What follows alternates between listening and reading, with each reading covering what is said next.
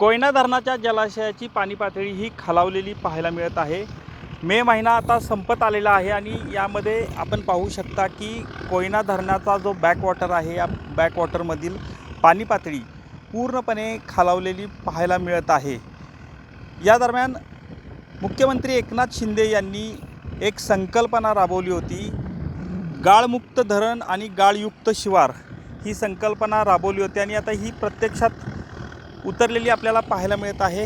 गेले काही दिवसापासून या भागामध्ये JCBच्या साह्यानं जो कोयना धरण परिसरात जो उघड्यावर पडलेला परिसर आहे, या ठिकाणी जो गाळ साठलेला आहे तो JCBच्या माध्यमातून या ठिकाणी शेतांमध्ये दिला जात आहे।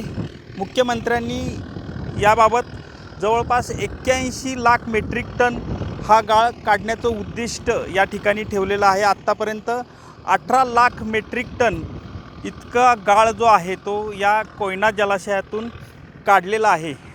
यामुळं या ठिकाणच्या शेतीसाठी हा उपयुक्त असा गाळ समजला जातो आणि त्यानुसार मुख्यमंत्र्यांनी सांगितलेल्या सूचनेनुसार प्रशासनानं या ठिकाणी ही मोहीम यशस्वीरित्या राबवलेली एकूणच पाहायला मिळत आहे।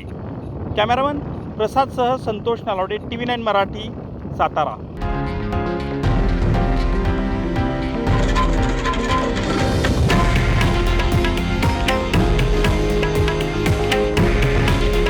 हे आहे देशातील नंबर 1 न्यूज नेटवर्क आणि आपण पाहत आहात TV9 मराठी।